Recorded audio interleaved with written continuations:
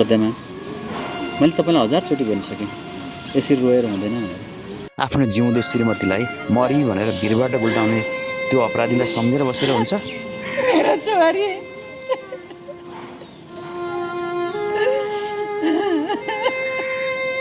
यो बाटोमा बसेर तमासा देखाएर रोएर के हुन्छ? हिँड्नुहोस् घर जाउँ, हिँड्नुहोस्।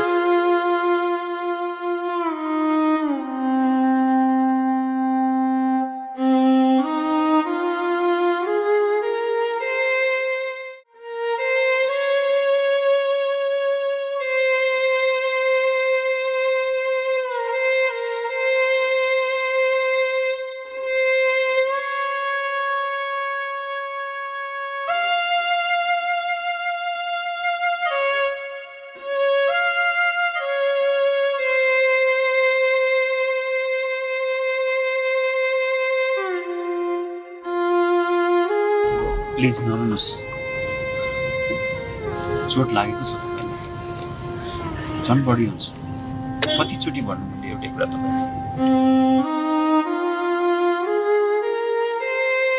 जे भाग्यमा लेखेको छ त्यो भोग्नै पर्छ। त्यसैले आफ्नो शरीरलाई कमजोर बनाएर केही फाइदा छैन सदामा। प्रेमिकासँग मिलेर आफ्नै श्रीमतीको हत्या गर्ने श्रीमान, त्यस्तालाई सम्झेर रोएर हुन्छ?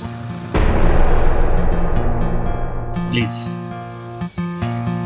यदि मलाई केही सम्झिनुहुन्छ भने रुन छोडिदिनुहोस्। तपाईँको छोरीलाई केही भएको छैन, हामी अवश्य भेट्नेछौँ।